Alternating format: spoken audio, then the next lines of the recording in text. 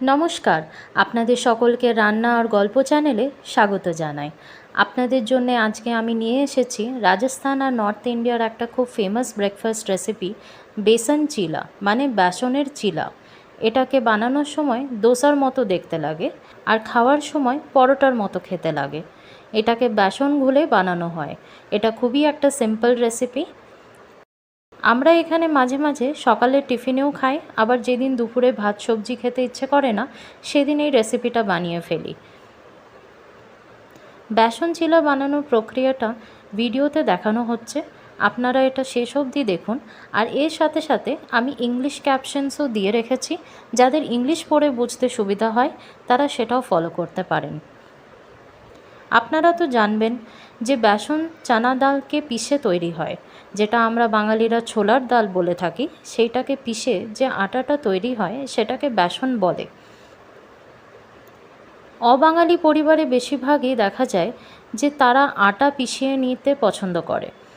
হ্যাঁ, আজও তারা এই পদ্ধতিতে যে কোনো আটা পিষিয়ে নিয়ে ব্যবহার করতে পছন্দ করে।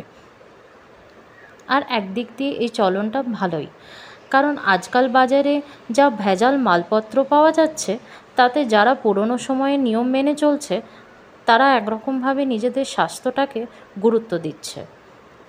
আর আমাদের সকলের জন্য স্বাস্থ্য সবার আগে, তাই না? আসুন দেখে নিই আজকে বেসনের চিলা আমরা কিভাবে বানাবো। পরিমাণ মতো বেসন নিয়ে তাতে স্বাদ অনুসারে নুন, আমি খনিজ নুন মানে রক সল্ট ব্যবহার করছি এখানে, একটু হলুদ গুঁড়ো, লাল লঙ্কা গুঁড়ো, জিরে, আজওয়াইন মিক্স করে নিতে হবে।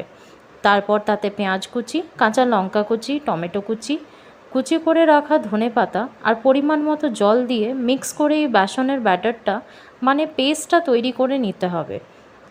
তবে এটাকে জল ঢেলে খুব বেশি পাতলা করবেন না, ঘনতাটা মোটামুটি হওয়া চাই, যেরকম ভিডিওতে দেখছেন। এরপর 5 থেকে 10 মিনিট এই মিক্স করে রাখা ব্যাটারটাকে জমতে দিতে হবে। তারপর একটা তাওয়া গরম করে তাতে তেল বা ঘি অল্প করে লাগিয়ে নিতে হবে, দিয়ে হাতাতে করে বেসনের ব্যাটারটা ঢালতে হবে। পরিমাণটা বেসনের চিলার সাইজের ওপরে নির্ভর করছে। ছোট সাইজের করতে চাইলে কম বেসন দিন তাওয়াতে, আর মিডিয়াম সাইজে করতে চাইলে একটু বেশি।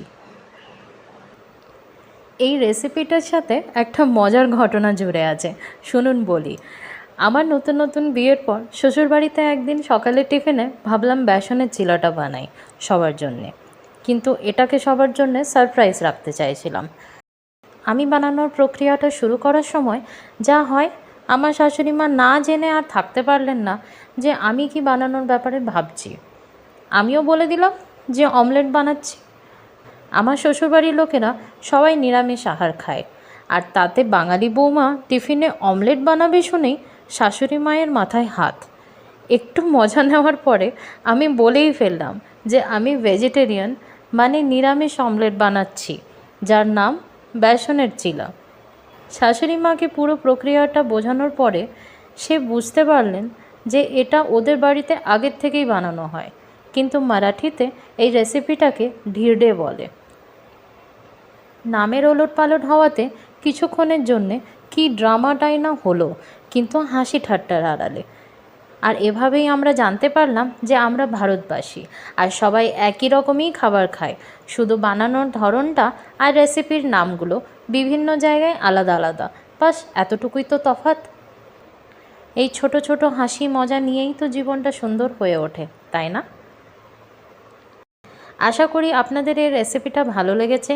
আপনারা অবশ্যই এই বেসনের চিলা একদিন বাড়িতে বানিয়ে দেখবেন। এরকম মজার মজার গল্পে ভাগ নিতে রান্না আর গল্প চ্যানেলটাকে সাবস্ক্রাইব করে ফেলুন। আর রেসিপি ভিডিওটা ভালো লেগে থাকলে লাইক অবশ্যই করুন। বেসন চিলা ট্রাই করে আমাকে কমেন্ট করে জানাতে ভুলবেন না আপনাদের খেয়ে কেমন লাগলো। আপনাদের সাথে আবার দেখা হবে আগামী ভিডিওতে।